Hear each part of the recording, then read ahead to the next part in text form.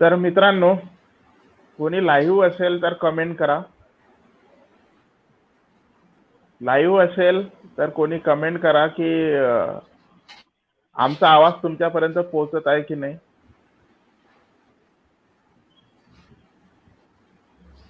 आपण पुन्हा इथे चर्चासत्र आयोजित केलेलं आहे.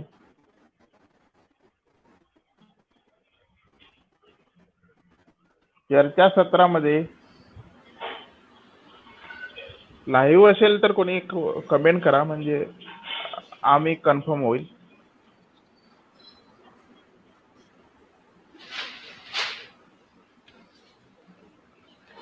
ओके, तर आपल्या चर्चासत्राचा आजचा विषय आहे महाराष्ट्रातील शिक्षण क्षेत्रातील ध्येय धोरणे आणि त्यांच्या अंमलबजावणीतील उदासीनता. तर यापूर्वी आपला वेबिनार आपण वेगवेगळे वेबिनार आयोजित करत होतो.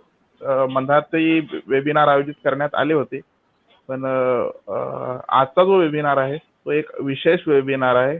आजचं चर्चासत्र हे विशेष आहे कारण की आज आपल्यासोबत आहेत महाराष्ट्रातील समाजकारण आणि अर्थकारणातील एक विशिष्ट दबदबा असणारे व्यक्ती डॉक्टर एच.एम. देसरडा यांचं आज आपल्याला प्रमुख मार्गदर्शन लाभणार आहे. तर मध्यंतरी आपण सर्व लोक कोरोनाच्या असंख्य वेदनादायी परिस्थितीतून जात आहे आणि अशा या परिस्थितीत काही एक सकारात्मक चर्चा व्हावी असं ठरवण्यात आलं. आणि आपल्या शिक्षण क्षेत्रातील सध्याची अवस्था म्हणजे माय जीव घाले ना आणि बाप घरी राहू दे ना, अशा टाईपची शिक्षण क्षेत्रातील अवस्था झालेली आहे. तर अशा याच्यातून जे नैराश्य निर्माण झालेलं आहे, अशा नैराश्यातून मध्यंतरी देसरडा सरांनी सुद्धा एक हे लिहिलेलं होतं शिक्षण मंत्र्यांना, आणि तो लेख अतिशय गाजलेला होता. मला वाटते बऱ्याचशा पेपरमध्ये, न्यूज पेपरमध्ये, वर्तमानपत्रात ही गोष्ट आलेली आहे. तर माझं म्हणणं, एक प्रास्ताविक करताना, सूत्रसंचालन करताना माझ्यावर एक जबाबदारी आलेली आहे आणि त्यामध्ये डॉक्टर एच.एम. देसरडा सर आपल्यासोबत आहेत. मी जास्त वेळ घेणार नाही कोणाचाही, आणि हा जो कोरोनाचा काळ आहे हा अतिशय संक्रमणाचा काळ आहे. सर्वात पहिले तर तुम्ही सगळ्यांनी आपल्या आरोग्याला जपा. मध्यंतरी आमच्या काही मित्रांनी अतिशय जीवावर बेतणारे आंदोलन सुद्धा केले. आमचं त्यांना हेच सांगणं होतं की यामधून काही निष्पन्न होणार नाही, कारण की सध्याची जी व्यवस्था जी झालेली आहे ती व्यवस्था एक बरबटलेली आणि बेश्रम व्यवस्था अशी झालेली आहे. आपण आता जास्त सांगण्याच्या मनस्थितीत, जास्त सांगणे इथे योग्य होणार नाही. आपण सर्व याच्या झळा आपण सर्व लोक सोसत आहोत. तर आजच्या कार्यक्रमाचे जे प्रमुख पाहुणे आहेत एच.एम. देसरडा सर, यांचा परिचय जास्त वेळ न घेता डॉक्टर गव्हाणे सर करून देतील अशी मी त्यांना विनंती करतो. गव्हाणे सर. हॅलो सर, तुमचा आवाज क्लिअर येत नाही होता. क्लिअर. हॅलो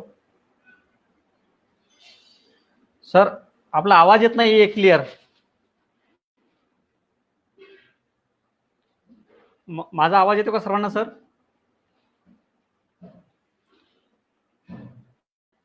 माझी सर्व पार्टिसिपंटना विनंती आहे की आवाज येतोय का माझा क्लिअर?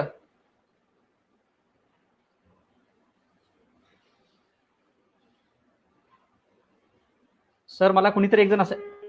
Okay sir. हो सर, येत आहे. हा सर, तर आजच्या चर्चासत्राचा जो विषय आहे, येत आहे म्हणतात सर, येत आहे. तो या हेतूने हा चर्चासत्र आपण, ओके, या उद्देशाने आपण चर्चासत्र आयोजित करतो की महाराष्ट्रातील नेट सेट आणि पीएचडी पात्रताधारक बेरोजगार सदस्यामध्ये जनजागृती करण्यासाठी प्रमुख उद्देश ठेवून उच्च शिक्षित पात्रताधारक व बेरोजगार युवक युवतीमध्ये प्रेरणा निर्माण करण्यासाठी आणि जनजागृती घडवण्यासाठी शिक्षण क्रांतीच्या डिजिटल मंचावर चर्चासत्राचे आयोजन केले जात असते.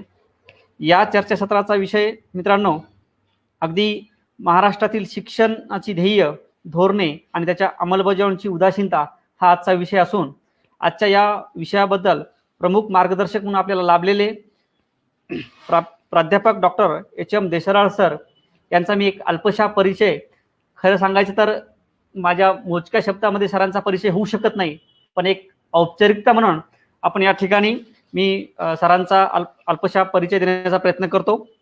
तर सरांबद्दल बोलायचं जर झालं तर शिक्षणाची सुमारीकरण, बाजारीकरण व स्वीकृतीकरणाच्या विरुद्ध सातत्याने एक आवाज उठवणारं व्यक्तिमत्व म्हणून सरांचा पूर्ण महाराष्ट्रभर नाही तर भारतभर सरांचा परिचय आहे.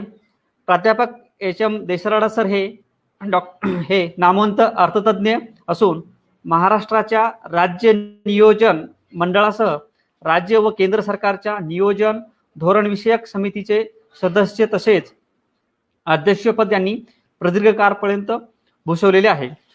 प्राध्यापक देसराडा सर समतामूलक शाश्वत विकासाचे खंदे पुरस्कर्ते असून गत 5 दशके म्हणजे 50 वर्ष त्यांनी या जगातील असंख्य ख्यातनाम विद्यापीठे या ठिकाणी व्याख्यान दिले आहे. सध्या प्राध्यापक देसराडा सर हे महात्मा गांधी मिशन विद्यापीठ औरंगाबाद येथे सुप्रसिद्ध प्राध्यापक म्हणून कार्यरत आहेत. खऱ्या अर्थानं हा एक माझा प्रयत्न होता की सरांचा अल्प परिचय देण्याचा, परंतु खऱ्या अर्थानं जर सरांना आपण या ठिकाणी विचार मंचावर ऐकता असताना सरांचं एक व्यक्तिमत्व किती प्रदीर्घ आहे, एक अभ्यासू व्यक्तिमत्व आणि वेगवेगळ्या विषयावर सरांचं नेहमी एक विवेचन असतं अभ्यासपूर्ण, आणि याबद्दल या ठिकाणी आपण सरांना ऐकत असताना आपल्याला सरांचं एक व्यक्तिमत्व लक्षात येईल. या ठिकाणी मी थांबतो. सरांना मी या ठिकाणी पुढील सूत्रसंचालन सरांकडे सुपूर्द करतो. धन्यवाद.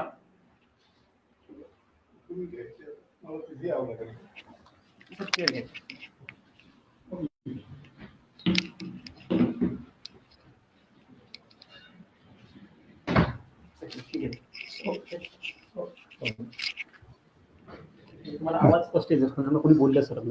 हो, हा, जरा ढिल्ल आहे तर ते थोडंसं करून हो करून ठीक आहे. आलंय मला वाटतं. झालं आता फिट झालं हे. आता तुम्ही ठीक आहे. चला सगळ्यांना नमस्कार. केव्हा सुरू होते?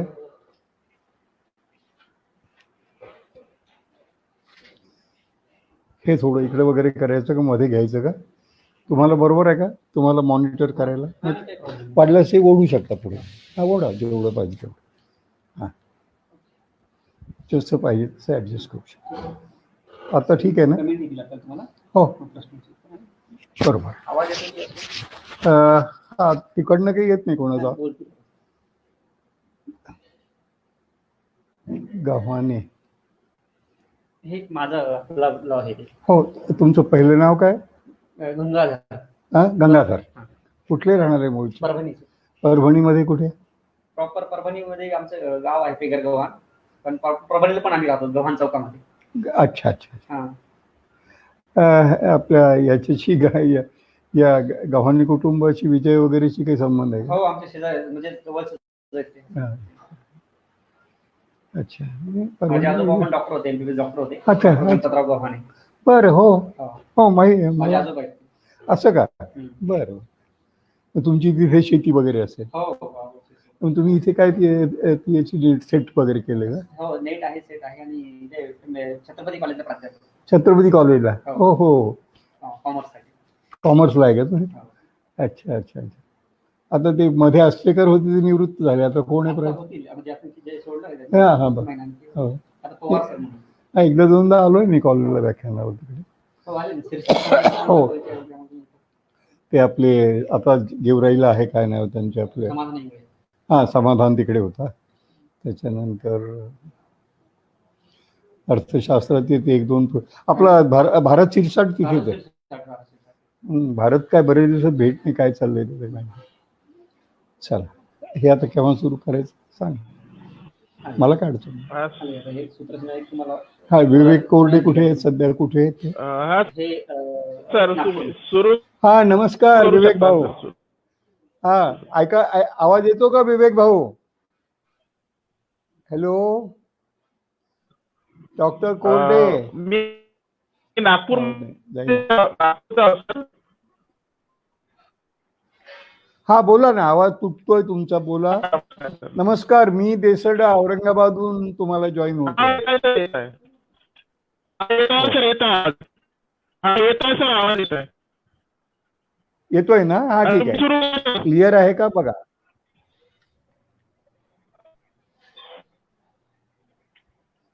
गव्हाणे आहेत ना डॉक्टर? हो हो, येत आहे सर, मला व्यवस्थित येत आहे. हा हा, आवाज करा तुटतोय करा, याच्यात. सुरू करा सर. त्यांचा आवाज होतो. हा, तुमचा आवाज थोडा तुटतोय, तर सलग येईना. हो,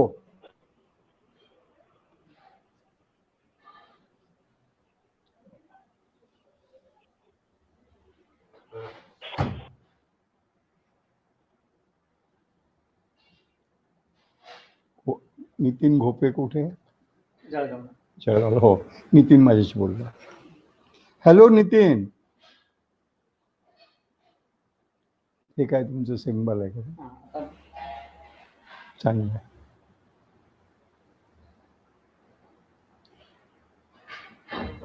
नितीन कमेंट टाकली. Yes sir. हो,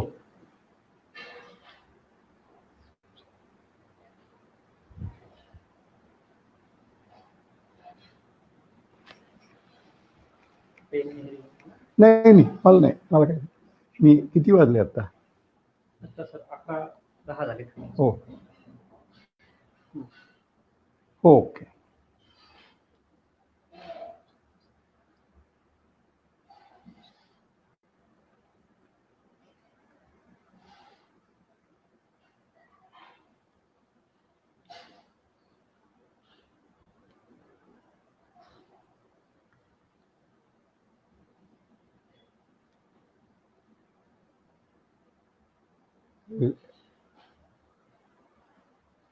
सुरू का होईल? हॅलो, ग्रुपवर टाकते ते फोन.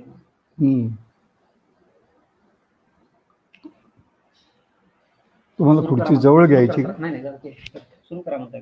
हा, करा बंद. त्यांना येतो आवाज. त्यांना येतोय ना? आपल्याला काही इकडनं ऑन नाही करायचं ना? बरं, तुम्हाला बसता येईल? हा, मुनीश्वर कुठे आहे? त्याच्याशी बोलणं झालं. तो कुठे आहे सध्या? तो अकरावेला असतात. हा, नमस्कार डॉक्टर मुनीश्वर.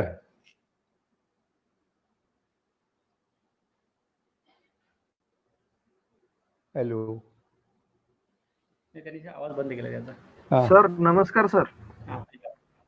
हा, नमस्कार नमस्कार. चला, नमस्कार सर. नमस्कार. हा, मी गोंदियाला असतो. हो, गोंदिया. ते मी आलोय तिकडे. ते एक यांचं पटेल कॉलेज आहे तिकडे. हा हा, MB पटेलचे भरपूर सारे कॉलेज आहेत तिथं. DB सायन्स आहे हो, मला गोंदियाला. माहिती आहे ना ते. भंडाऱ्याला आहे त्यांचं. हो सर, आपण लाईव्ह आहोत. हा, म्हणजे आपण जे डिस्कशन आहे फर्दर ते नंतर कंटिन्यू करू शकतो. तुमची जे मार्गदर्शनाची प्रत्येक जण वाट पाहत आहे. तरी मला वाटतं की नाही, काही नाही. चला, सुरू करूया. हो सर, नक्कीच. आता यांनी गव्हाण्यांनी इंट्रोडक्शन प्रस्तावना केलीच आहे. तुम्हाला जे बोलायचं ते बोला आणि आपण सुरू करू. विशाल तेंडुलकर कुठे? हा, नमस्कार कुठे असता विशाल तुम्ही? सर. मी कांदिवलीला एका इंजिनिअरिंग कॉलेजवर आहे. Thakur college of. अच्छा, कांदिवलीला. हा, बरं. नमस्कार सर. तुमचा विषय काय आहे? माझा फिजिक्स आहे सर. हा, फिजिक्स आहे. अच्छा. हो. आणि भास्कर कुठे असतो? अंबर्डे. सर मी पण विशाल सरांच्याच कॉलेजवर कांदिवलीलाच ठाकूर इंजिनिअरिंग कॉलेजला आहे. माझा बरं विषय बरं मराठी हो बरं बरं हो इंग्रजी साहित्य आहे. बरं इंग्रजी साहित्य. बरं बरं इंग्रजी साहित्य. हो सर. बरं चांगलं आहे. आणि एम ए कुठून केलं बेटा? एम ए मी कुठून केलं? Ambedkar university, doctor Babasaheb Ambedkar university Aurangabad. आपल्या औरंगाबाद बामू बामू हो सर, मी तुम्हाला बामू तिथे हो बामू मध्ये चला. तिथे तुम्हाला ऐकलंय मी. काय आता तुमच्या एवढं आधी आम्ही हो, सर. जन्मलो तर 50 वर्ष मी वावरत राहिलो याच्यात. म्हणजे हो हो हो.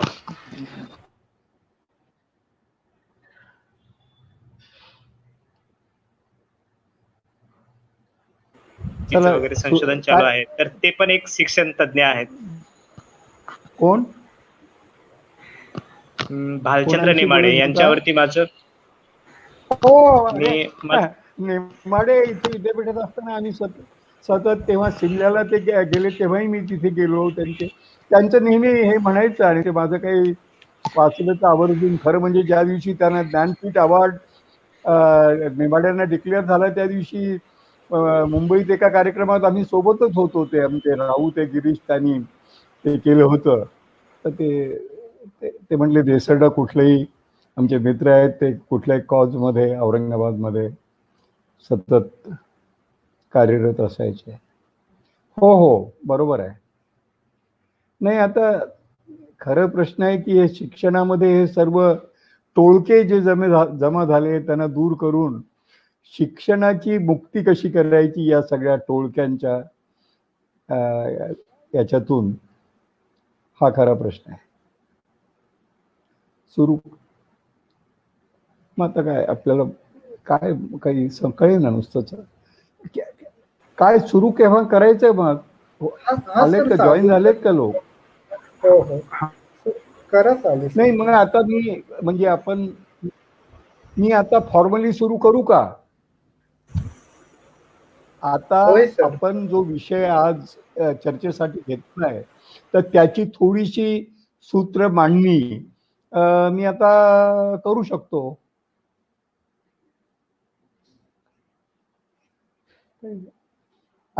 त्यांना अनम्यूट मला म्यूट काय करून म्हणजे मला बोलता येईल ना आता. करा ना मग तुम्ही.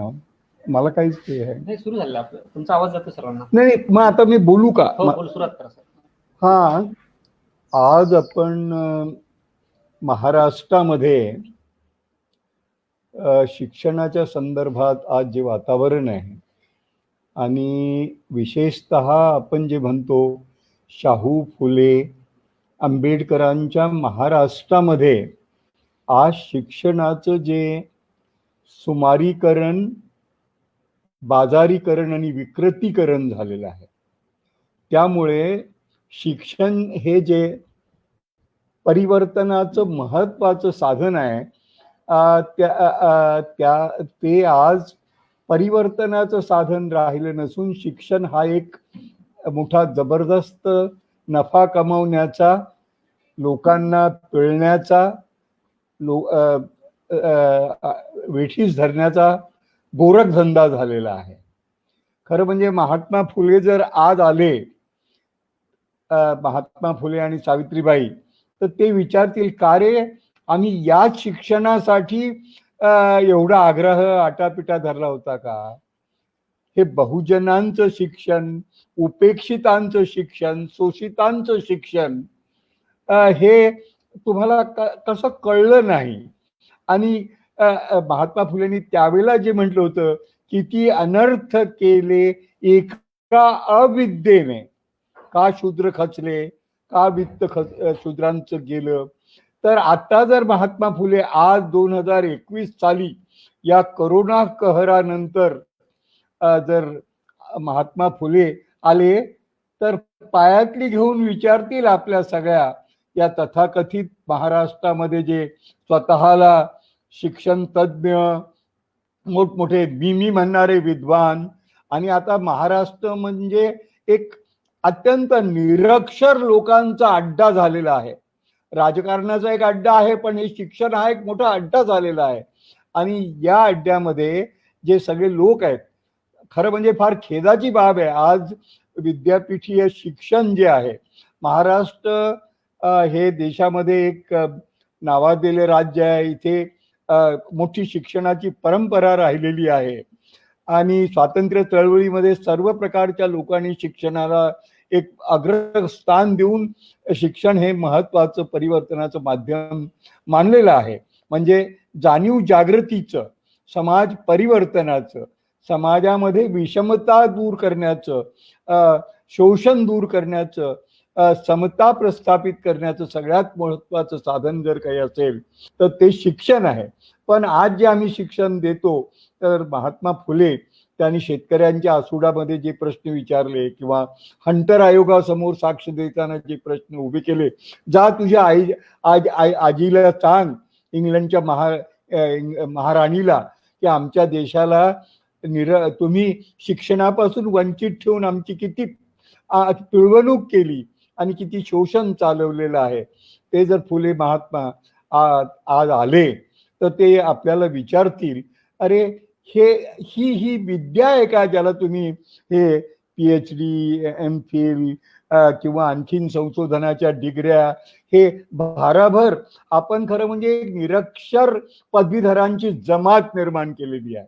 आणि या शिक्षणावर आपण 75,000 कोटी रुपये महाराष्ट्राच्या अर्थसंकल्पातला प्रत्येक 5 रुपयातला 1 रुपया खर्च करतो. म्हणजे शिक्षण हे सर्वात मोठं बजेटेड आहे, असायलाच हवं.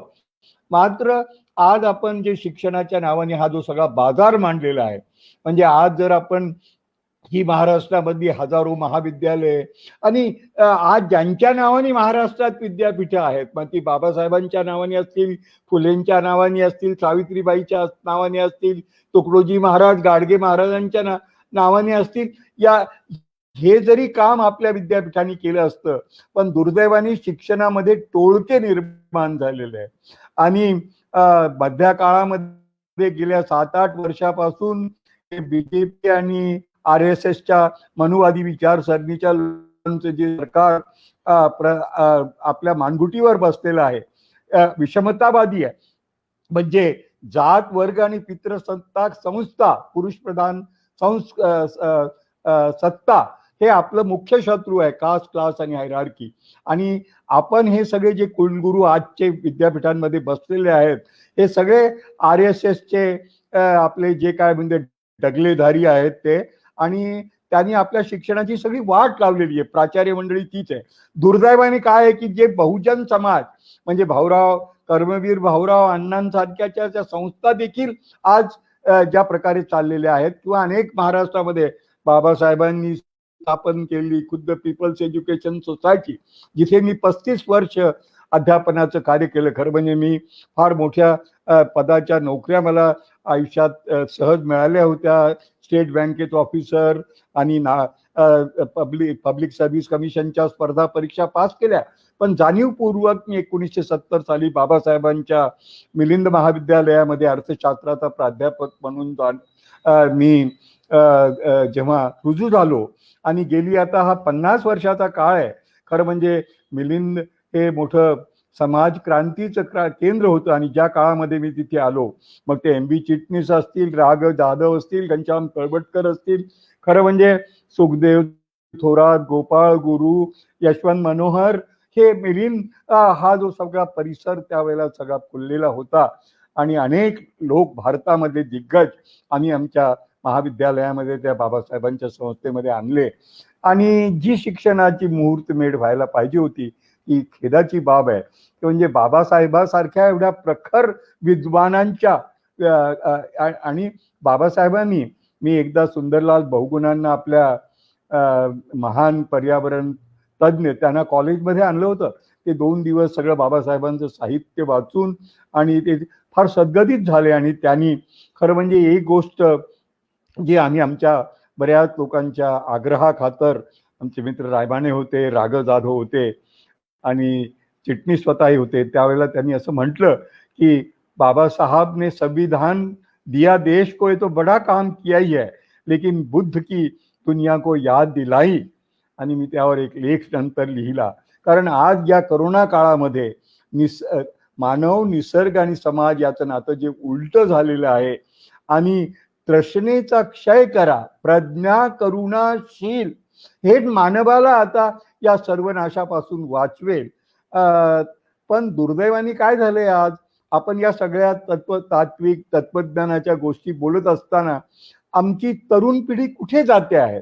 आज जी होतकरू पिढी, जी शेतमजुराची मुलं, गरीब कोरडवाहू शेतकऱ्याची मुलं, ज्यांचे आई वडील मेहनतीची कामं करतात, अशा आई वडिलांची मुलं ही जेव्हा सगळी उच्च पदव्या घेऊन वगैरे, पण त्यांना पैसे दिल्याशिवाय लाखांनी 25 लाख, मी अर्थशास्त्राचा प्राध्यापक असून सुद्धा लाखावर 7 शून्य लावावे लागतात असं सांगतो. आणि अब्ज आणि लाखांनी आता या गोष्टी, भ्रष्टाचार सुरू झालेला आहे. आणि एकही खेदाची बाब आहे की महाराष्ट्रामध्ये ही तरुण पिढी, हे 30-40 हजार लोक, माझं तर म्हणून मी शिक्षण मंत्र्याला उदय सामंत इथे आले तेव्हा भेटले, त्यांना मी माझं पुस्तक दिलं. ते म्हणाले, सर या सगळ्या प्रश्नावर चर्चा करायची आहे. मी त्यांना म्हणालं की हे शिक्षणाचं सुमारीकरण, बाजारीकरण आणि विकृतीकरण थांबवण्यासाठी हे कुलगुरू आणि हे सगळे विद्यापीठीय सगळा हा गोतावळा, सगळा मनुवादी निर्माण झालाय, तो तुम्हाला दूर करावा लागेल. आणि समतावादी शिक्षण जर तुम्हाला निर्माण करायचं असेल तर या सर्व, एकतर निवृत्तीचं वय 55 वर्ष करा. ही सगळी खोडं, जी जुनी पाप केलेली, ज्यांनी भ्रष्टाचार केली, खरं म्हणजे मी असं अनेक माझे मित्र आहेत, आता प्राध्यापक आहेत, ते सामाजिक चळवळीमध्ये, सर आम्ही सुद्धा पैसे देऊनच, अगदी आम्ही स्वतः पैसे देऊन, लाच देऊन, 5-25 लाख रुपये देऊन आमची प्राध्यापकीची नोकरी मिळवली. तर म्हटलं आता तुम्ही मी टू चळवळ सुरू करा की आम्ही हे पैसे या संस्था चालकांना, या बोक्यांना, या धेंडांना, या महाभागांना दिलेले आहेत, ते सगळे वसूल करण्यासाठी एक नवी चळवळ आता सुरू झाली पाहिजे. 55 वर्ष निवृत्तीचं वय केलं पाहिजे आणि सगळ्या नेमणुका आता विद्यापीठी स्तरीय आयोग किंवा लोकसेवा आयोगामार्फत भरल्या गेले पाहिजे. म्हणजे एक समान परीक्षा होईल. नेट सेट पास होऊ शकत नाही आणि PhD आणि हे सगळ्या बोगस प्रकारच्या एका पातळीवरच्या डिग्र्या, दोष नाहीये, शिक्षण आहे, संशोधन केलंच पाहिजे. पण आज जे शिक्षणाचं सुमारीकरण, विकृतीकरण आणि बाजारीकरण झालेलं आहे आणि शिक्षण हा मोठा धंदा झालाय. शाळेमध्ये लाखाच्या फी पासून ते कॉलेजमध्ये, आणि या सगळ्या महाराष्ट्रामध्ये, आणि बहुजन समाजाचे लोकच आपल्या समाजाची पिळवणूक करताय. कुऱ्हाडीचा दांडा गोतास का या हे बघा ना, या सगळ्या संस्था, हे सगळे तथाकथित यांना शिक्षण महर्षी म्हणता, शिक्षण मध्यस्थ दलाल यांनी हजारो कोटी, लाखो कोटी रुपयाच्या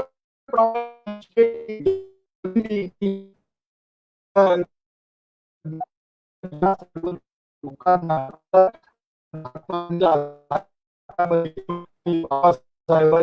हातामध्ये घेऊन विचार एक नवी चळवळ, पैसे देऊन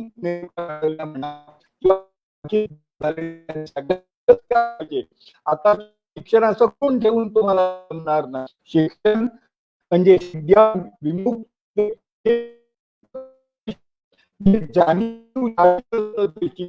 शिक्षण, माणसाला इतरांच्या दुःखाची वेदनी संवेदना देतं ते शिक्षण.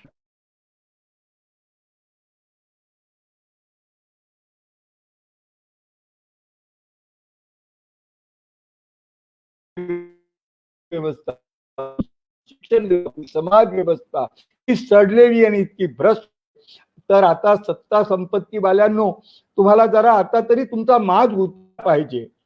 आम्ही 5% लोक या महाराष्ट्रामध्ये, 5% लोक म्हणजे 13 कोटीच्या महाराष्ट्रामध्ये एक 65-70 लाख ही जी मोठी जिल्ह्यामध्ये ही कुटुंब, जी टोळके पुढाऱ्यांची, कोणत्याही चारी पक्ष महाराष्ट्रामध्ये, हे काँग्रेस, राष्ट्रवादी, भाजप आणि सेना यांच्यामध्ये आज काही फरकच राहिलेला नाही. बरा एकमेकाच्या उरावर ते आज बसतायत आणि त्याच्यामुळे काहीतरी सत्य बाहेर येईल अशी आपण अपेक्षा करूया. तर या सगळ्या परिस्थितीमध्ये आपल्याला शिक्षणाची नवी दिशा दृष्टी विकसित केली पाहिजे आणि समतामूलक शिक्षण क्रांती, गरीब हो या धनवान, शिक्षा होगी सबकी एक समान, हे पहिलं तत्व आम्हाला रुजवावं लागेल. म्हणून माझे जे सगळे मित्र आज आपण या शिक्षण क्रांती या संवादामध्ये आपण सगळे सहभागी झालेलो आहोत, माझ्या सगळ्यांना मनापासून धन्यवाद आहे. खरं म्हणजे मला आजही खंत वाटते की आज या वयात मी 50,000 रुपये 60,000 रुपये पेन्शन घेऊन सुखासीन जगतोय. आणि मी अर्थात जे काही होईल ते शिक्षणात माझ्या परीनं मी योगदान करण्याचा प्रयत्न केलेला आहे. पण आता 2021 सालचं जग, निसर्ग, मानव आणि समाज याचं नातं नव्याने उभं केल्याशिवाय आपल्याला ते होणार नाही. आणि एक नव्या शिक्षण क्रांतीसाठी आपण सगळ्यांनी आता संकल्प केला पाहिजे. शेवटी हे या परिवर्तनासाठी माणसाचं काही संकरित पीक नाहीये. गाईचं असू शकतं, ज्वारी बाजरीचं, ते वाहनांचं असू शकतं, पण माणसाला आता विवेक बाळगावा लागेल. आणि मला वाटतं की हा विकास, मी अर्थशास्त्राचा प्राध्यापक राहिलो असून आणि देशभर जगभर मला फिरण्याची संधी मिळाली, तरी मला असं वाटतं की हे अनर्थाचं शास्त्र आता बंद केलं पाहिजे. खरं अर्थशास्त्र जे निसर्ग, मानव आणि समाज यांना एक फुलण्याची संधी देईल असं आणि एक समतामूलक शाश्वत विकासाची दृष्टी आपल्या सगळ्यांना देईल अशी मी अपेक्षा करतो. आपण याच्याविषयी अधिक संवाद करूया आणि आपल्याला बाबासाहेबांच्या संविधान हातामध्ये घेऊन आता समतेचा प्रश्न विचारला पाहिजे. फार महत्वाची गोष्ट परवा एका सर्वोच्च न्यायालयाच्या एका निवाड्यामध्ये त्यांनी दिली की शिक्षण हा हक्क सर्वांचा प्राथमिक हक्क आहेच, मूलभूत हक्क आहेच आहे, पण फक्त प्राथमिक शिक्षण नाही, सगळ्या पातळीवरचं शिक्षण. सर्वोच्च न्यायालयाने धनंजय चंद्रचूड आणि त्यांच्या बेंचनी जो निवाडा दिला त्यामध्ये त्यांनी स्पष्ट म्हटलेलं आहे की राज्य संस्था, शासन संस्थेने सर्वांना आपल्या गुणवत्तेनुसार, आपल्या क्षमतेनुसार सर्व शिक्षण घेता आलं पाहिजे आणि ते सार्वजनिक दृष्ट्या त्याचा खर्च भागवला पाहिजे. म्हणजे उच्च शिक्षण देखील मूलभूत अधिकार आहे. शेवटी समाजामध्ये जे परिवर्तन, मत परिवर्तन आणि क्रांती आपल्याला करायची असेल, रणबिनं स्वातंत्र्य कुणा मिळाले हे गांधींनी आम्हाला दाखवून दिलं.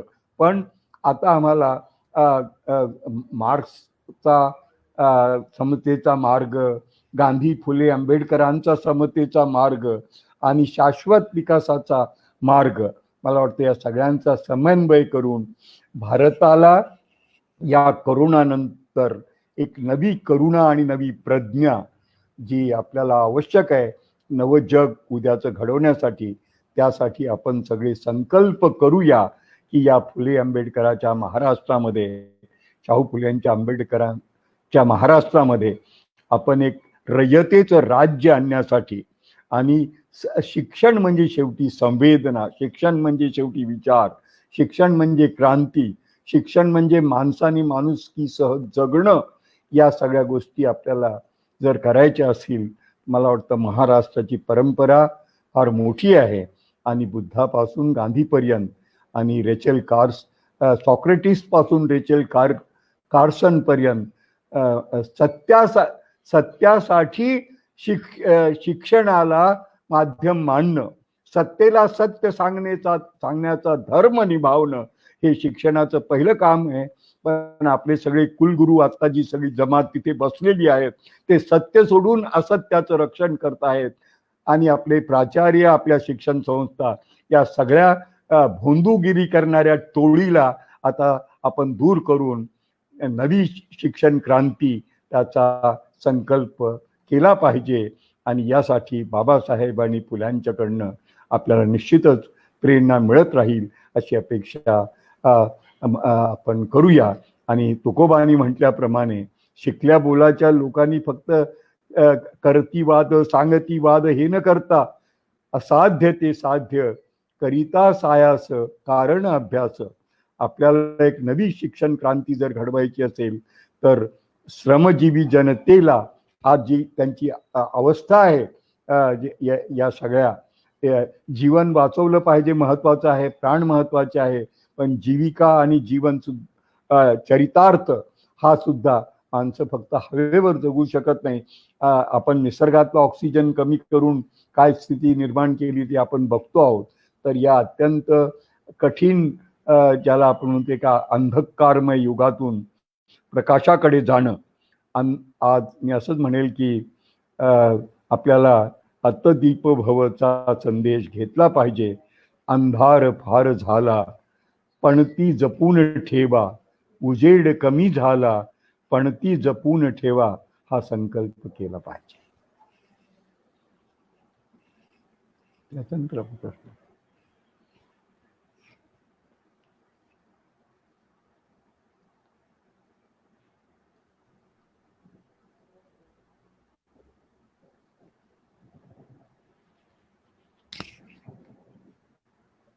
अर्धा तास बोललो करून. ठीक आहे, मग आता ईश्वर आहे ना. हा, बोला म्हणा, सुरुवात करा. इतक्या काय आहे काय नाही.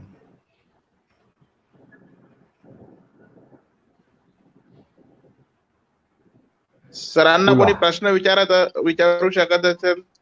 प्रश्न उत्तरांचं सेशन हो, सुरू होत आहे. सरांनी निरीक्षण, आपले प्रश्न, मुद्दे मांडलेले भूमिका, आहेत. संवाद आहे हा.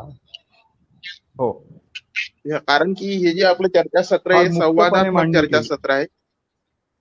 हा. तर हो, बरोबर. संवादातूनच पुढील दिशा ठरवता येईल. त्यामुळे संवाद खूप महत्वाचा आहे. म्हणून माझी सर्वांना नम्र विनंती आहे की आपापले प्रश्न मांडावे. तुम्ही आपले प्रश्न कमेंटच्या थ्रू मांडू शकता. काही लोक इथे स्ट्रीम ऍड वर आहेत, ते डायरेक्ट प्रश्न मांडू शकता. तर कोणाच्या मनात काही प्रश्न असतील तर त्यांनी प्रश्न मांडावे अशी मी विनंती करतो.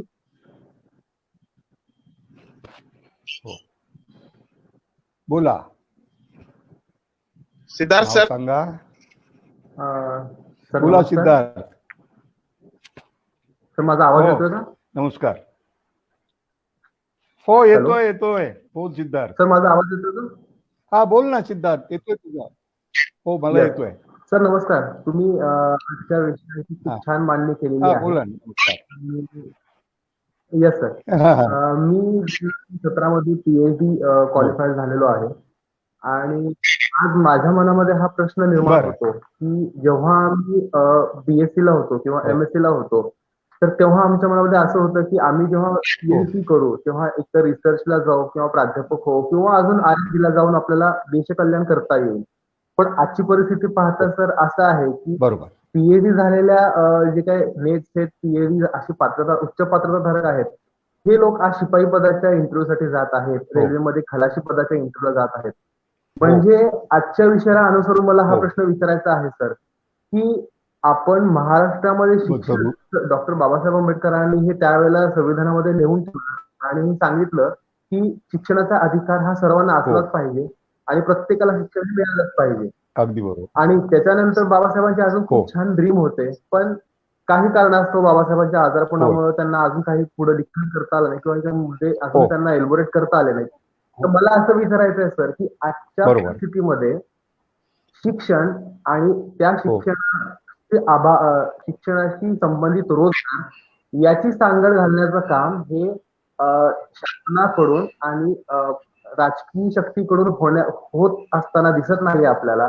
आणि जर हीच परिस्थिती राहिली तर येत्या काही काळामध्ये शिक्षणाचे महत्व हे रोजगारक्षम जर नाही झाले किंवा त्याची जर सांगड नाही घातली गेली तर कशा पद्धतीचे दूरगामी परिणाम होतील, एक अर्थतज्ञ म्हणून आणि एक अर्थशास्त्राचे गाढे अभ्यासक म्हणून आपल्याला काय वाटतं? सिद्धार्थ, तुझा प्रश्न एवढा व्यापक आहे. खरं म्हणजे मला बाबासाहेबांच्या संस्थेमध्ये 70 साली मी खरं म्हणजे विद्यार्थी तिथे मी 61 सालापासून होतो, पण मला सगळा तो पटल समोर येतोय आणि बरोबर म्हटला मला असं वाटतं की बाबासाहेबांना 1956 नंतर ते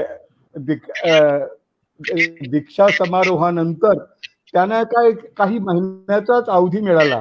आणि मला आठवतंय की MB चिटणीस, घनश्याम तळवटकर ज्यावेळेला त्यांचं ते बुद्धा धम्म पूर्ण करत होते त्यावेळेला बाबासाहेबांनी जी दिशा दृष्टी ठेवली होती, एक समग्र म्हणजे जग बौद्धमय करा आणि एक समतामूलक जग प्रस्थापित करा, ते मांडण्याची बाबासाहेबांना खरंच संधी मिळाली नाही.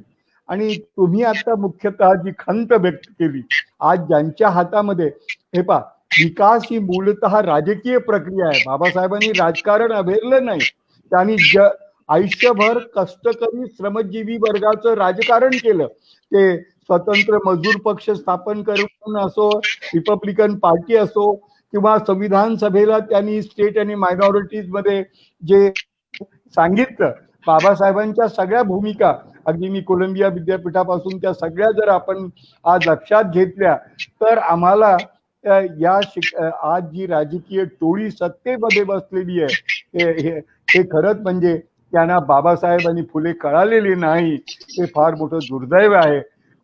खरं म्हणजे आज वेळ आलेली आहे, यशवंत मनोहर म्हणतात तसं, की बाबासाहेबांना नीट डोक्यात घेतल्याशिवाय कुठलाच प्रश्न सुटणार नाही. बाबासाहेबांना जग डोक्यावर घेणारच आहे.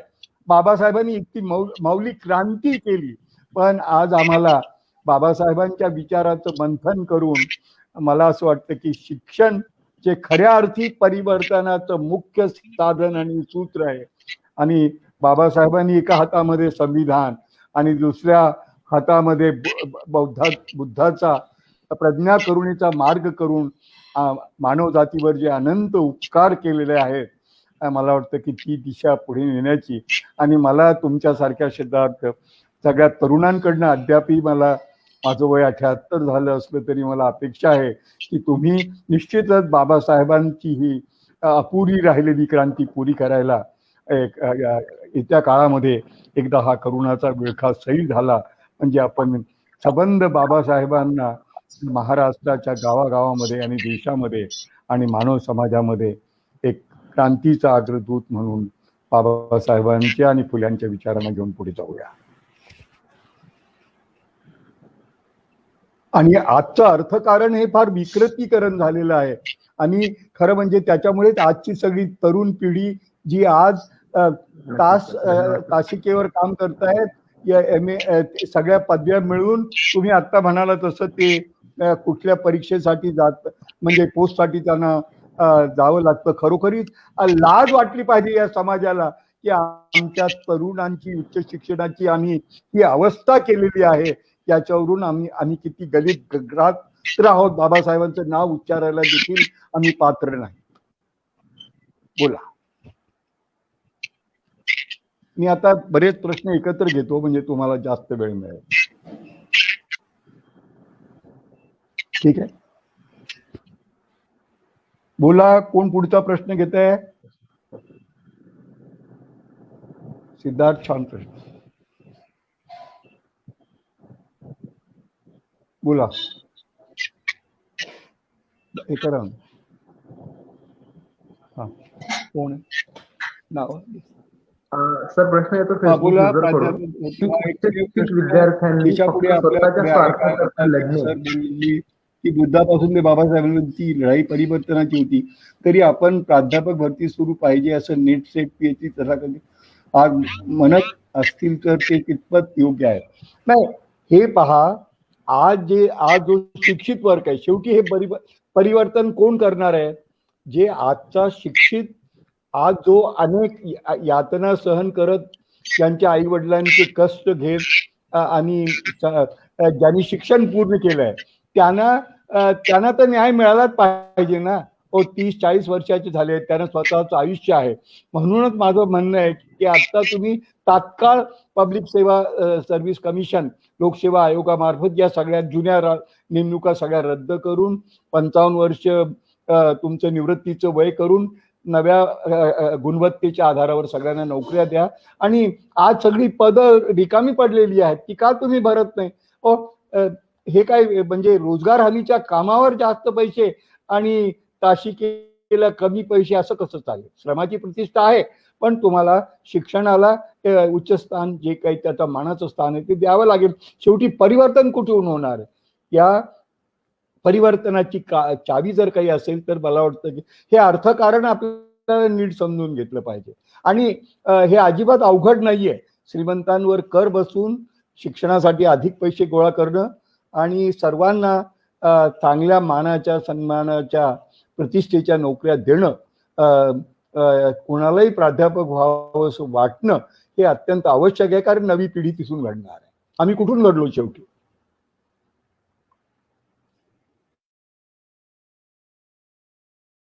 आणि म्हणून ही प्राध्यापक भरतीची प्रक्रिया तात्काळ सुधारणा झाली पाहिजे. हा महाराष्ट्रा समोरचा सगळ्यात अव्वल क्रमांकाचा प्रश्न आहे असं मी मानतो. म्हणूनच मी उच्च शिक्षण मंत्री सामंत यांना पत्र जे लिहिलेलं ते अनेक वृत्तपत्रांनी जे छापलं ते तुम्ही लक्षात घ्या. पुढे काय आणखीन काय? विद्यापीठ कायद्यात सातत्याने बदल सुचून आम्ही थकलो पण गुणवत्तापूर्ण शिक्षणाची प्रणाली शासन का स्वीकारली? मग हे कोणत्या दिशेकडे जाऊया? आम्हाला सर हा एक महत्वाचा प्रश्न आहे सर. विद्यापीठ कायद्यात काय? हो बोल ना. हा महत्वाचा प्रश्न आहे सर. विद्यापीठ कायद्यात सातत्याने बदल सुचून आम्ही यावर उत्तर. तुम्ही आहे बरोबर आहे. कारण हे शेवटी कायदा आणि कायद्याची चौकट आणि त्याची नियमावली ही कशासाठी असते की प्रश्न सोपे करण्यासाठी असते. आता आपण हे कायदेच मुळात तुम्ही असे केले की जे सध्या टोळके बसलेत त्यांच्यात ते फायद्याचे आहेत. आणि याला आम्हाला केवळ विकास व बदल नको, शाश्वत विकास, त्यात समता हवी, हे फार महत्वाचं तुम्ही जे म्हणता ते मला एकदम आहे. कारण समतेशिवाय काहीच नाही. सगळ्या परिवर्तनाची पहिली पायरी ही समता आहे. आणि त्यामुळे भारतीय राज्यघटनेचं प्राणतत्व समता आहे. म्हणजे समता हा शब्द बाजूला ठेवला आणि बंधुत्वाला बाबासाहेबांनी तेवढंच महत्व दिलं. आणि ते केवळ त्यांनी पाश्चिमात्य याच्यातून घेतलं नाही. आम्हाला माहित आहे की त्यांनी बुद्ध आणि भारतीय तत्वज्ञानातून घेतलं. हे आता सगळं जगासमोर आलेलं आहे. तर मला असं वाटतं की समतेशिवाय समता ही पूर्ववाट आहे. कारण आज घडीला आर्थिक विषमता, सामाजिक विसंवाद आणि पर्यावरणीय विध्वंस हा सगळ्यात मोठा प्रश्न आहे. आणि कोणताच कायदा त्याला हात घालायला आज तयार नाही. ही महत्वाची बाब. म्हणून यात बदल आवश्यक.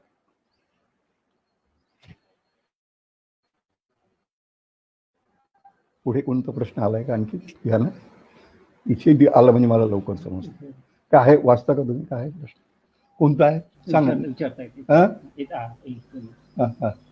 इकडे घेता येतो. विवेक कोरडेचा प्रश्न आहे का काही? नमस्कार सर. हा बोला.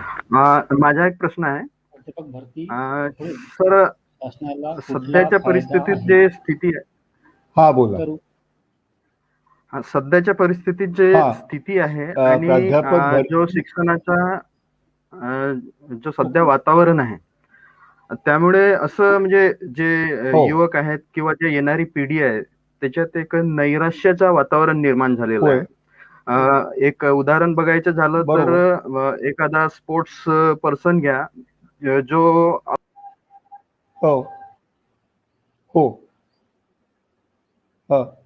आवाज खंडित झालाय. हो स्पोर्ट्स पर्सन घेतलं. बरोबर आहे. बोला ना मनीषा.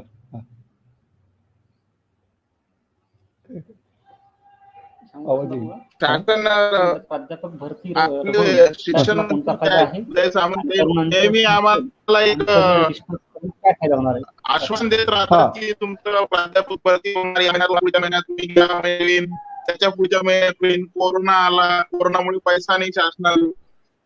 हो नाही या सबबी हो फार महत्वाचं आहे. कारण काय झालंय या सगळ्या प्रक्रियेमध्ये तुम्ही 20 वर्ष लोकांची वाया घालली किमान.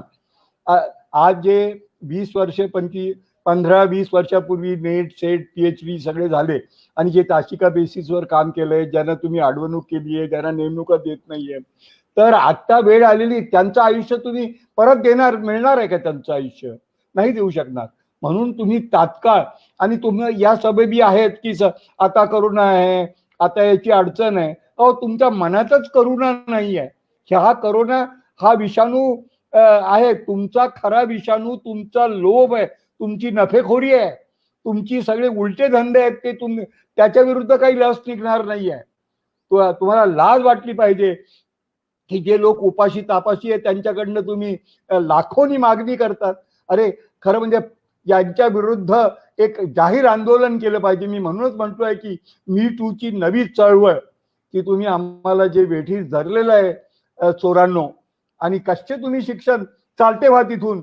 शिक्षण हे सार्वजनिक बाब असली पाहिजे, आणि ही सार्वजनिक बाब आम्हाला प्रस्थापित करण्यासाठी आम्हाला आता तात्काळ याच्यावर, आता कुठलाही विलंब न करता येत्या जूनमध्ये सगळ्या नेमणुका अगदी रितसर पद्धतीने लेखी आणि मुलाखतीच्या आधारावर लोकसेवा आयोगामार्फत होतील, याची पहिल्यांदा आपण मागणी महाराष्ट्र राज्यामध्ये करूया. आणि त्याच्यासाठी एक सनदशीर मार्गाने, बाबासाहेबांनी दाखवलेल्या मार्गाने आपण आंदोलन करूया. चला, आणखीन कुठला प्रश्न आहे का? किती वाजले? हो, तेंडुलकर सर, तुम्हाला प्रश्न विचारायचा होता. 1 तास झाला. नमस्कार सर, मी विशाल तेंडुलकर. खरं म्हणजे शिक्षण संभावरती सूचितला विषय असून सर्वात जास्त दुर्लक्षित असणारा विषय आहे. तुम्ही जसं म्हणालात की श्रीमंतांवरचा वेल्थ टॅक्स जर वाढवला किंवा इनहेरिटन्स टॅक्स वाढवला, तर मला असं वाटतं 2018चा ऑक्सफॅम वेल्थ रिपोर्ट मध्ये सुद्धा हे म्हटलेलं आहे की तो जरी 0.5% वाढवला तरी शिक्षणावरचा भार आणि आरोग्यावरचा भार खूप कमी होईल.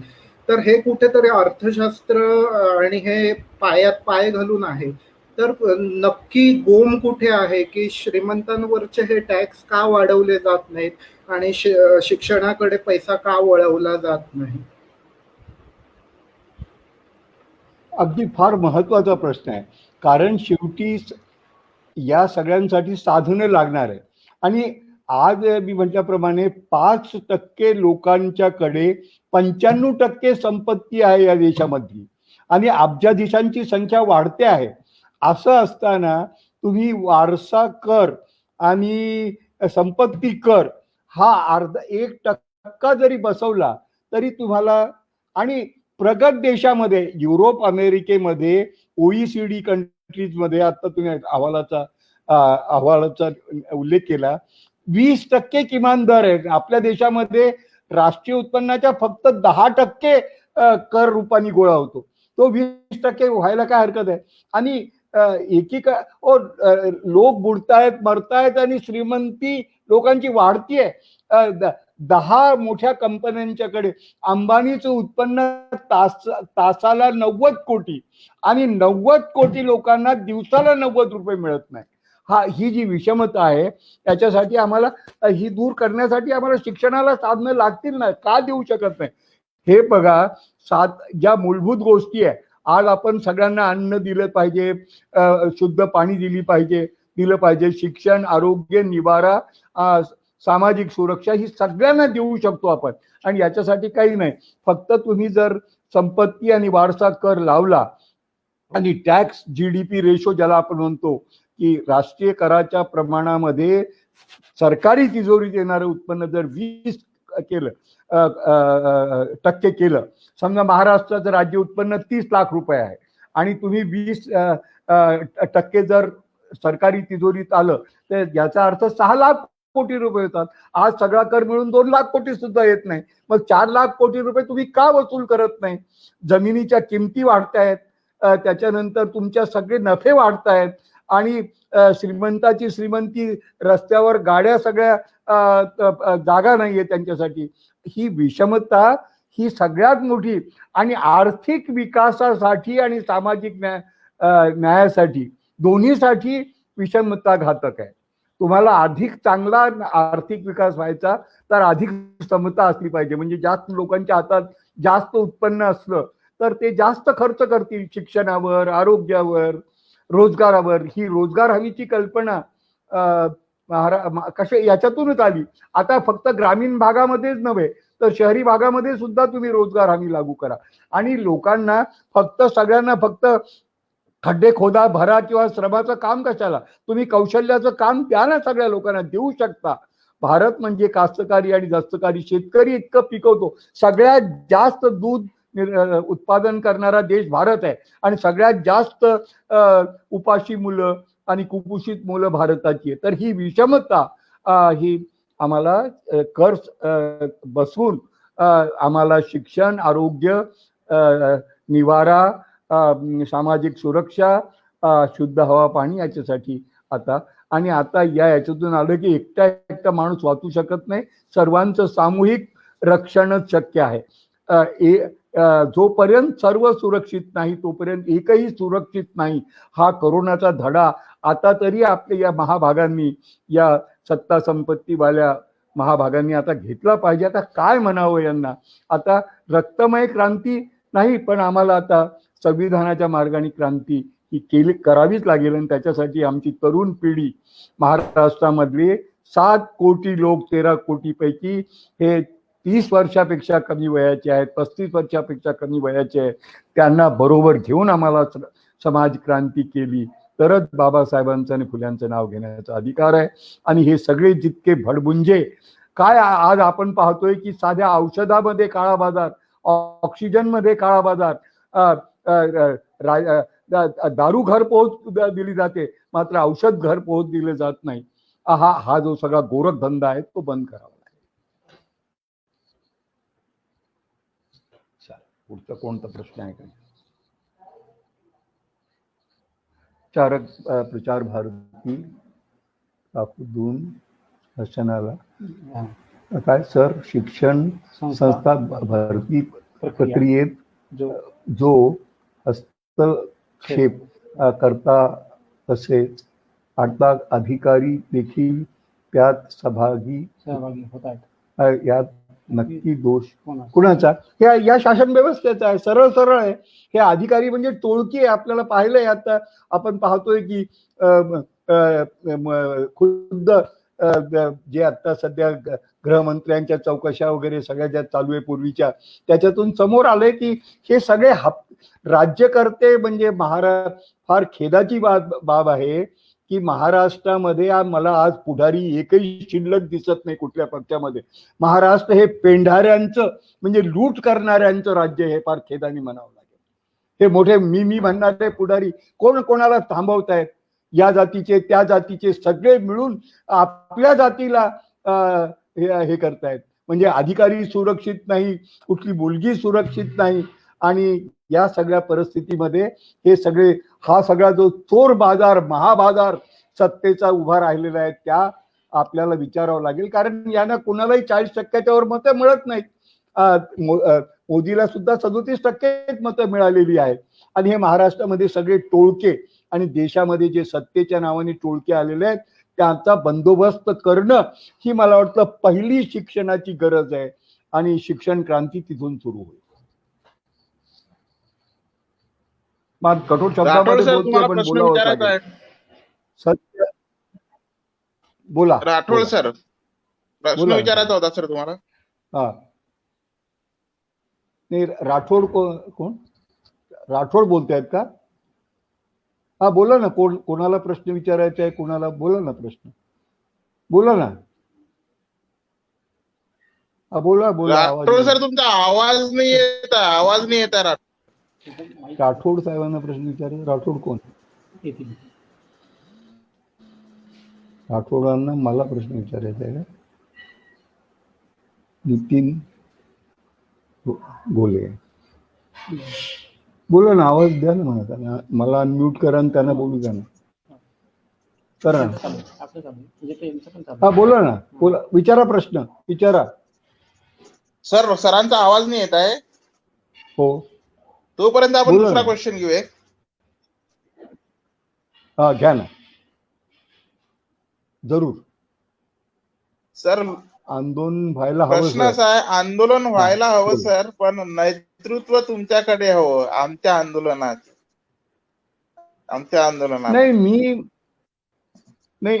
मी म्हणजे माझ्यासारखे असंख्य लोक आहे या महाराष्ट्रामध्ये, आणि या महाराष्ट्रामध्ये जे लोक सदहेतुक आहेत, या आंदोलनाचं नेतृत्व करू शकतील, करण्याची क्षमता आहे, असे असंख्य लोक या महाराष्ट्रामध्ये आहे.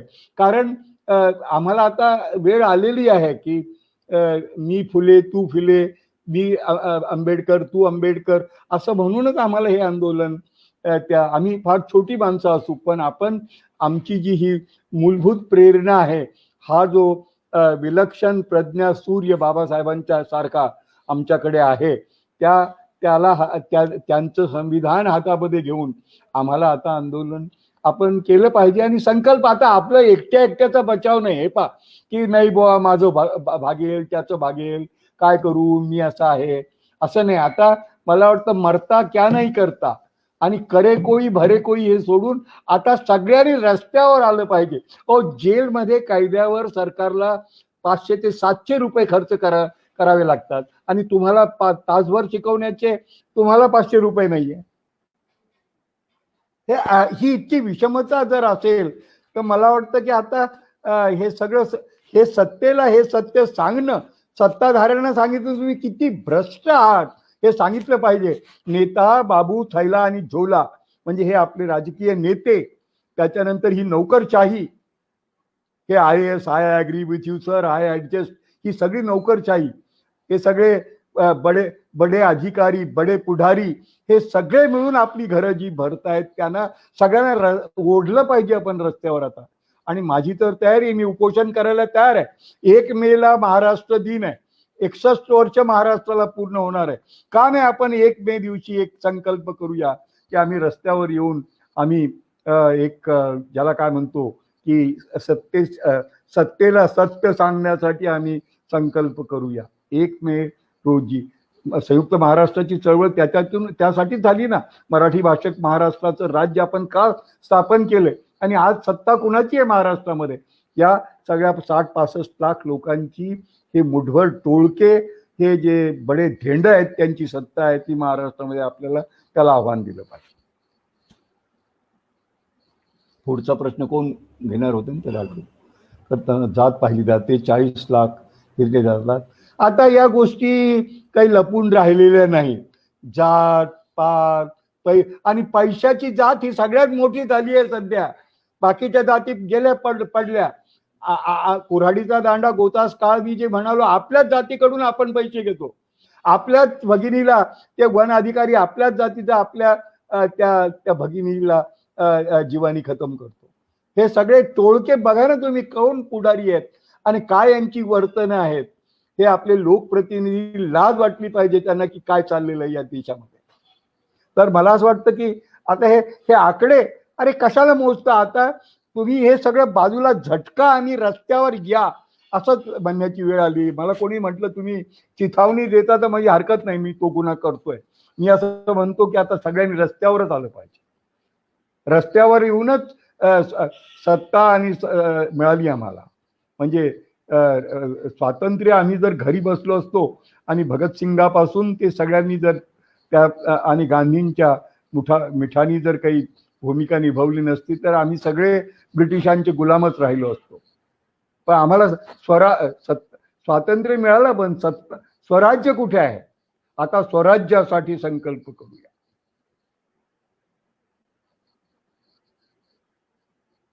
पुढचं काय आहे का नाही टर्मिनेट करून टाकू.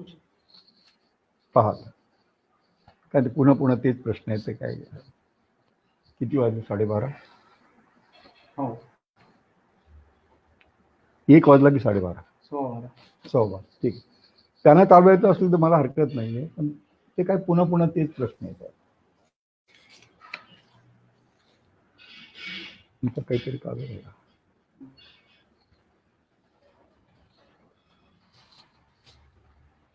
1 मे पासून काहीतरी आंदोलन केलं पाहिजे या लोकांनी. सर एक क्वेश्चन आहे. राज्याचा GDP जास्त आहे, GST कलेक्शन जास्त आहे, हा हॅलो सर, कोण आहे नितीन? हो हो आला. तुमच्या हॅलो सर. राज्याचा जीडीपी जास्त आहे, क्वेश्चन आहे, जीएसटी राज्याचा कलेक्शन. जीडीपी जास्त आहे, जीएसटी कलेक्शन जास्त आहे आपण म्हणतो, आणि उच्च शिक्षणाकडे हो. इतकं दुर्लक्ष का? हा आता मी मध्येच म्हटलो ना की महाराष्ट्रासारखं राज्य, जिथे ज्या राज्याचं राज्य उत्पन्न 2019-20 साली गेल्या वर्षी थोडं कमी झालं तरी 30 लाख कोटी रुपये होतं, आणि तुम्ही महाराष्ट्र राज्य हे देशात सगळ्यात जास्त औद्योगिक आणि शहरी असल्यामुळे आणि मुंबईसारखं सेवा क्षेत्रीचे असल्यामुळे इथे उत्पन्न करामध्ये मोठा महसूल योगदान होतं, आणि जीएसटीचं कलेक्शन 1 लाख कोटी रुपये जे दरवर्षी आहे त्याच्यात महाराष्ट्राचा मोठा वाटा आहे. तर प्रश्न असा आहे की आज प्रश्न काय आहे की जास्त पैसे तुम्ही जरूर करा, पण 75,000 कोटी रुपये सरकारी तिजोरीतून शिक्षणावर खर्च करतात, आणि तुम्ही हे सगळे चोरांच्या हातात का देते हे पैसे? सगळं सार्वत्रिकीकरण का करत नाही? खाजगी महाविद्यालय कशाला पाहिजे तुम्हाला ते टोळके? मग तुम्ही याचा सगळं लोकसेवा आयोगामार्फत करा. मला वाटतं म्हणजे ज्याला काय म्हणतो की रोग म्हशीला आणि औषध पखालीला असं करून नाही चालणार. आपल्याला पैसे लागतील, पैसे गोळा करू शकतो, पण त्याचबरोबर आपल्याला आता या पुढच्या काळामध्ये जो निधी आपण जमा करू तो त्या कारणासाठी नीट खर्च केला पाहिजे.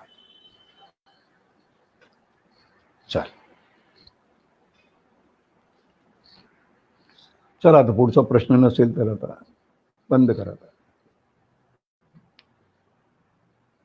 आहे का? हा घ्या ना. मग ते कुठे आहे ते दाखव. इथे आले म्हणजे मला कळतात. तो कोण राठोड विचारत होता काय?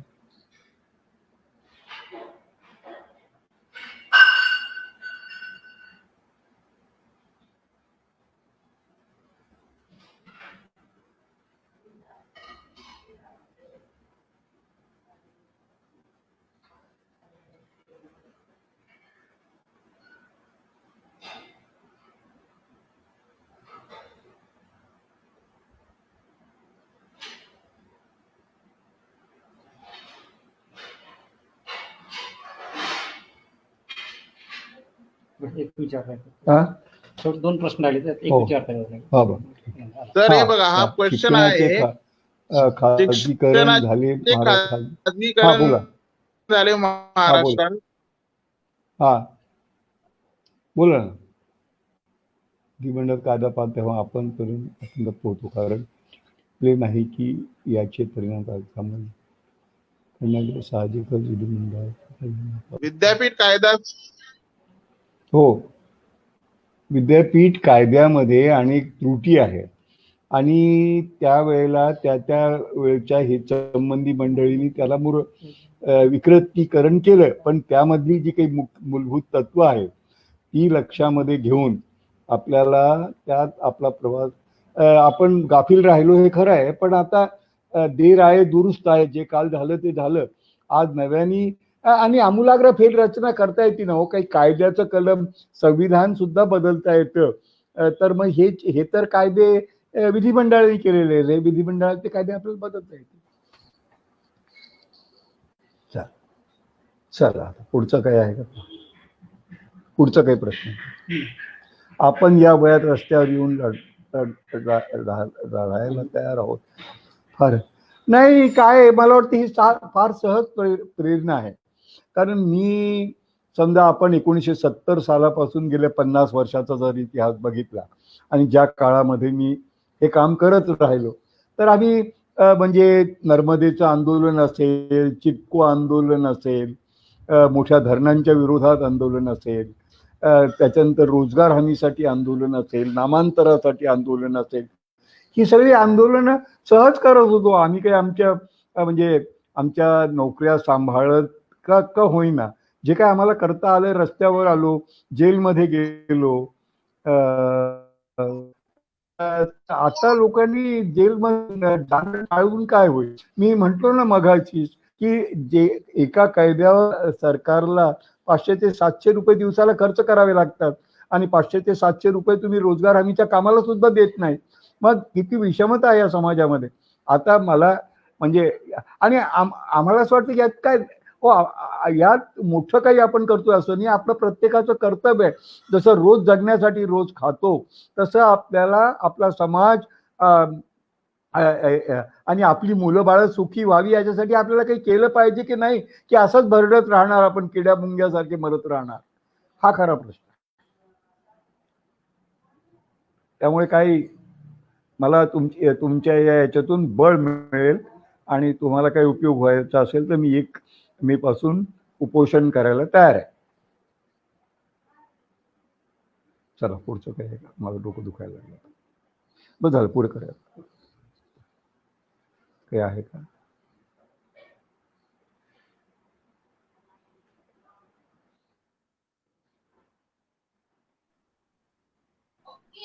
सुधीर सर, मुनीश्वर सर, बोला. सर, मगाशी माझा प्रश्न विचारता विचारता कदाचित नेटवर्क गेला होता. सर आता सध्या जी परिस्थिती सुरू आहे की जिकडे तिकडे आपण बघतोय की आंदोलने सुरू आहेत, इकडे कुठं कुंभमेळा सुरू आहे, कुठं निवडणुकी सुरू आहेत, पण फक्त जे शिक्षण आहे ते बंद आहे. आणि मुख्यत्वे म्हणजे जो विद्यापीठीय शिक्षण आहे, जो म्हणजे ग्रॅज्युएशन आणि पोस्ट ग्रॅज्युएशन, त्याचे कॉलेज अद्यापही उघडले नाही. आणि त्या म्हणजे कॉलेजमध्ये काम करणारे जे प्राध्यापक आहेत त्यांची आवाज किंवा त्यांच्या मागण्या ऐकायलाही कोणी तयार नाहीत. आणि शिवाय सरकार एवढी रगड झालेली आहे की किती शेतकऱ्यांनी 6-6 महिने आंदोलनं केली तरी ते त्यांच्याकडे बघायला तयार नाहीत, इव्हन मीडिया कव्हर करायला तयार नाहीये. तर या परिस्थितीत आपल्या मागण्या जर आपल्याला सरकार समोर ठेवायच्या आहेत किंवा आपल्याला आपल्या गोष्टी मान्य करून घ्यायच्या आहेत तर आपल्याला काय करायला पाहिजे, आणि या परिस्थितीत मागण्या पूर्ण करण्यासाठी आपल्याला कोणत्या प्रकारे वाटचाल केली पाहिजे, हे मला विचारायचं आहे. आता अगदी बरोबर आहे, कारण आपण इतके वर्ष मागण्या, निवेदन, प्रतिकात्मक आंदोलन या मार्गाने हे प्रश्न पुढे रेटतोय, पण आता ते ऐकत नाही. कारण ज्यांनी जे सत्तेमध्ये बसलेले आहेत ते सगळे भ्रष्ट टोळे आहेत.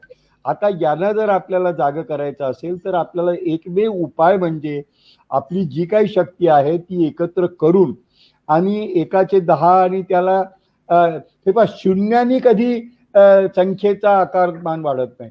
शून्याच्या मागे 1 लागला तर 10 होईल, शून्याच्या मागे आणखीन 11 लागले तर 110 होतील.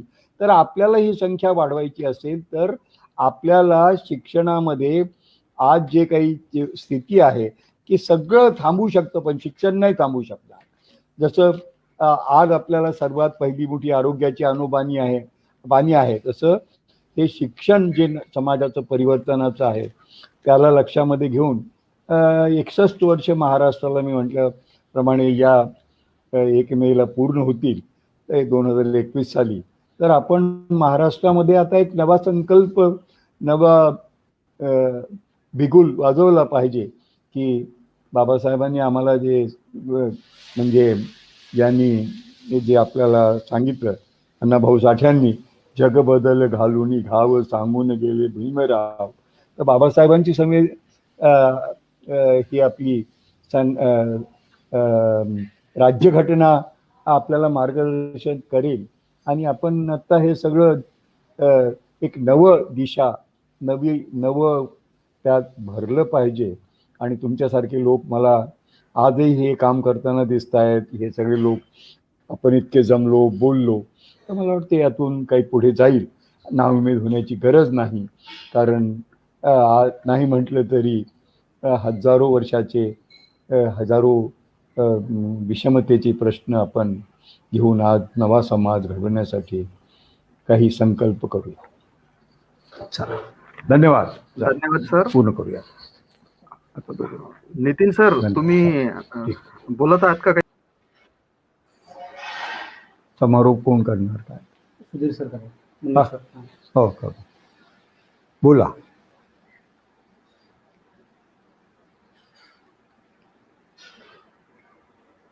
नितीन आहे का? सुधीर सर. हा, सुधीर. हो, करा म्हणून.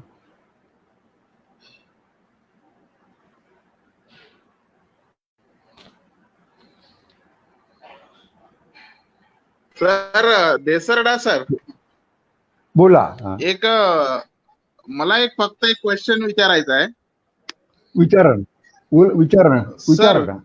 बोला ना सर. बोला तुम्ही. आज जर आपण बघितलं, शोकांतिका अशी आहे सर, मी जर आंदोलन करायला निघालो तर माझ्या देशाचा पंतप्रधान म्हणते की हे जी लोक आहेत ती आंदोलनजीवी आहेत. तर अशा लोकांकडून काय अपेक्षा करावं सर आम्ही? म्हणजे सर्वांपर्यंत नवीन म्हण आलेली आहे की ही अर्बन नक्षलाईट म्हणजे हे आपले हक्क मागणे आणि आपल्या हक्कासाठी रस्त्यावर उतरणे, ह्या गोष्टी अर्बन नक्षलाईट जर हे लोक म्हणत असतील, हे जर आपल्या देशाचा जो सार्वभौम सर्वात मोठा जो नेता आहे, जो सर्वात मोठं संविधानिक पद आहे प्रधानमंत्री, तो जर अशा गोष्टीला आंदोलनजीवी म्हणत असेल तर या लोकांकडून काय अपेक्षा करावं सर? आणि आम्ही आमच्या भविष्याविषयी काय विचार करावा? आज आम्हाला जर आम्ही बघितलं तर पुढचा जो भविष्य दिसते ते अतिशय अंधकारमय दिसते. कारण की देश अशा लोकांच्या हातात आहे की जे लोक he is not liable at all. जो लोक पॅरासाईट म्हणते, आंदोलनजीवी म्हणते, तो त्या माणसा सोडून आम्ही काय एवढं तुम्ही सांगा. आणि मुद्दा अगदी बरोबर आहे की या देशातली जी सर्वोच्च सत्ता आहे तीच मुळात टोळक्याची सत्ता आहे. आणि आपल्या महाराष्ट्रामध्ये जरी वेगळ्या प्रकारची लोक सत्तेमध्ये असले तरी ते सगळे चो की भाई चो असं एक सगळं चाललेलं आहे. आता या परिस्थितीमध्ये आपण पंतप्रधानांचं हे म्हणणं की आंदोलनजीवी होय, आंदोलन जर झाली नसती तर मग तुम्हाला फुले, आंबेडकर, शिवाजी सगळे क्रांतिकारक या सगळ्यांना तुम्हाला असं म्हणावं लागेल की हे पोटभरून लोक होते.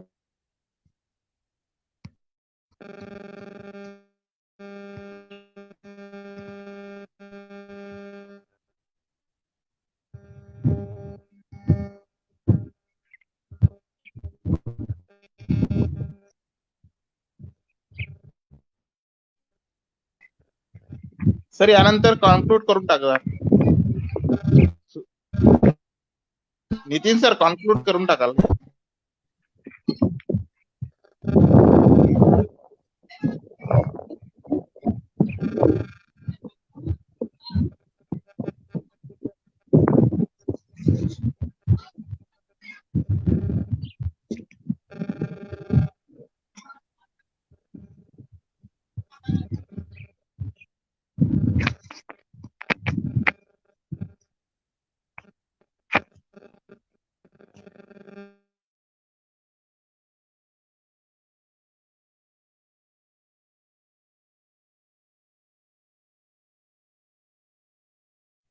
नितीन सर कॉन्क्लूड करा. Conclude sir. सरांचं होते हे गेलं. ओके, आवाज येतोय सर? हॅलो. हा येत आहे सर. Okay okay. हा येत आहे सर, आवाज येत आहे. तर सर ओके ओके.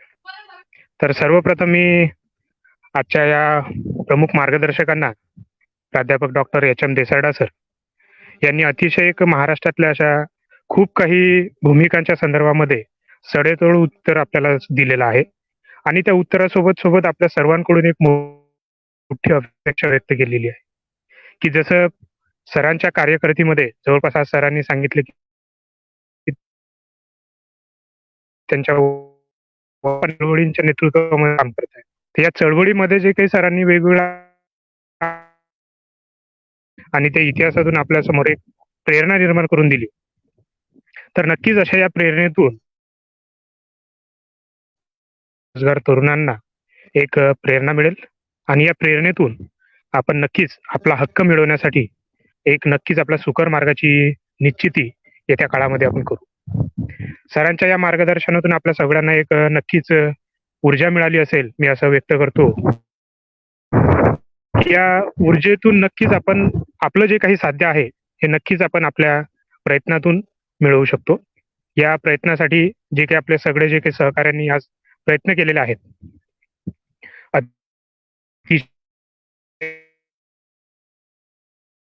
पेजवरून आपण जर प्रश्नांची संख्या बघत होतो तर अतिशय मोठ्या प्रमाणामध्ये प्रश्न आहेत, कारण परिस्थितीच तेवढी गंभीर आहे.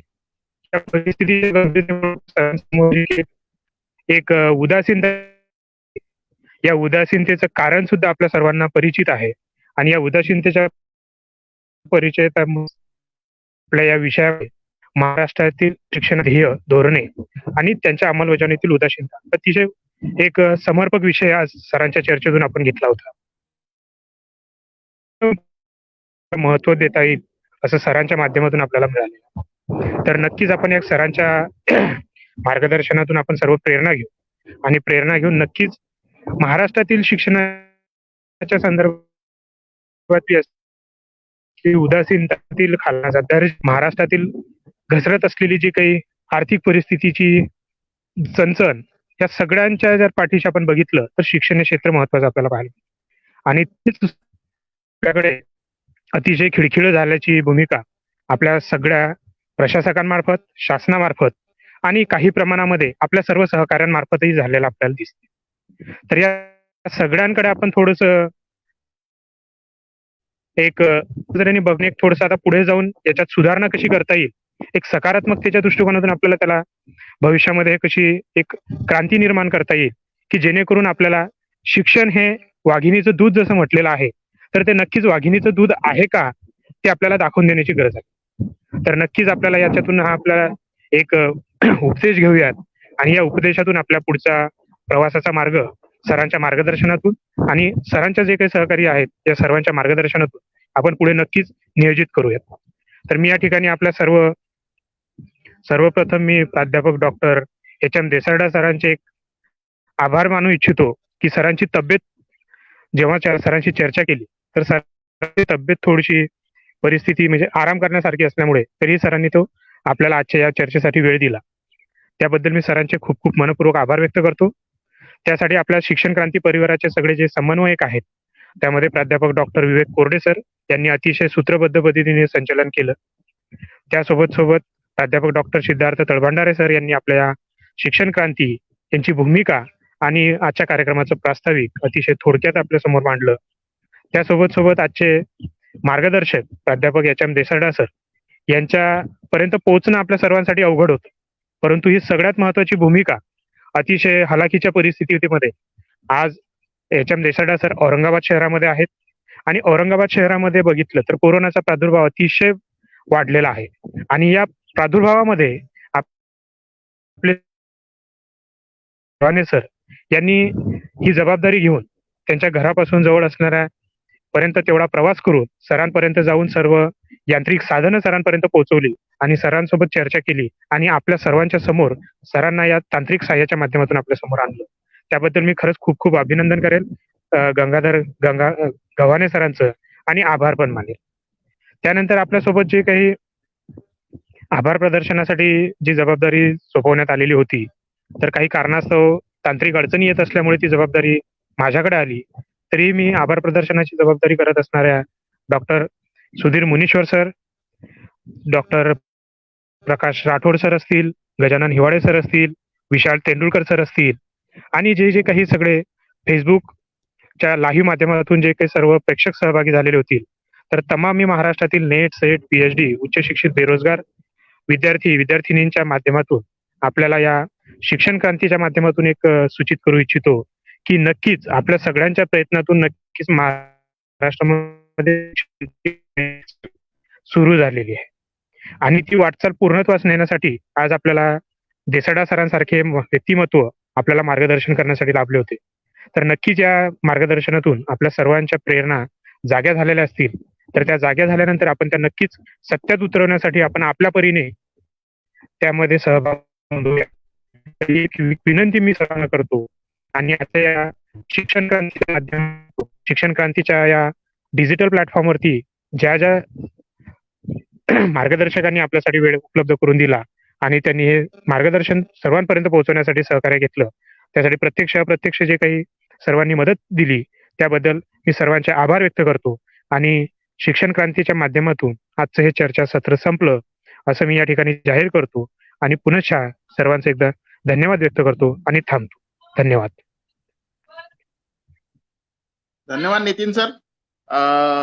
अजून काही प्रश्न होते पण ते आपण सर्वच प्रश्न घेऊ शकलो नाही, त्याबद्दल मी दिलगिरी व्यक्त करतो, कारण सरांची थोडी प्रकृती अस्वस्थ होती आणि सरांनी या अशा अवस्थेमध्ये सुद्धा आपल्याला वेळ दिला, हे त्यांचे खूप एक आपल्यावर हे म्हणू आपण, सरांनी जे त्यांचं जे कॉन्फिडन्स आहे, त्यांचा जो या वयात सुद्धा जी एक धडपड आहे ती एक वाखण्याजोगी आहे. आपल्या तरुणांना एक प्रेरणादायी अशी त्यांची व्यक्तिमत्व आहे. तर हे असे व्यक्तिमत्व इथे आज आपल्या सोबत होते, त्यांचे मी मनापासून आभार मानतो. काही प्रश्न घेता आले नाहीत त्याच्याबद्दल मी दिलगिरी व्यक्त करतो. पुढच्या वेळेस तुमचे काही जे प्रश्न आहेत ते पुढच्या कार्यक्रमात आपण नक्की घेऊ आणि असे जे प्रोग्राम आहेत आमच्या पुढे सुद्धा अशी आमची एक भूमिका राहील की असे जे चांगले चांगले व्यक्तिमत्व आहेत समाजामधून, ज्यांनी एक प्रेरणा घडवली आहे, प्रेरणा दिलेली आहे, अशा व्यक्तींना इथे बोलून या मंचावर बोलून तुमच्या ज्या शंका कुशंका आहेत त्यांच्या निरसन करण्याची आमची एक जबाबदारी आहे. त्या जबाबदारीतूनच आम्ही एक हा प्लॅटफॉर्म तयार केलेला आहे आणि त्या जबाबदारीतून एक ही ज्या भूमिका आहेत त्या सातत्याने समोर येत राहतील. तर पुढच्या ज्या कार्यक्रमाची दिशा आहे आणि ते वेळापत्रक आहे ते लवकरच आपल्या ग्रुपवर सोडण्यात येईल, लवकरच ग्रुपवर त्याला कळवण्यात येईल. एवढे बोलून आजचा प्रोग्राम संपला आणि पुढेही असे मार्गदर्शन, अजून आमची एक अशी भूमिका आहे की एक कुलगुरूंची जी व्याख्यानमाला सुरू करण्याचा आमचा विचार आहे.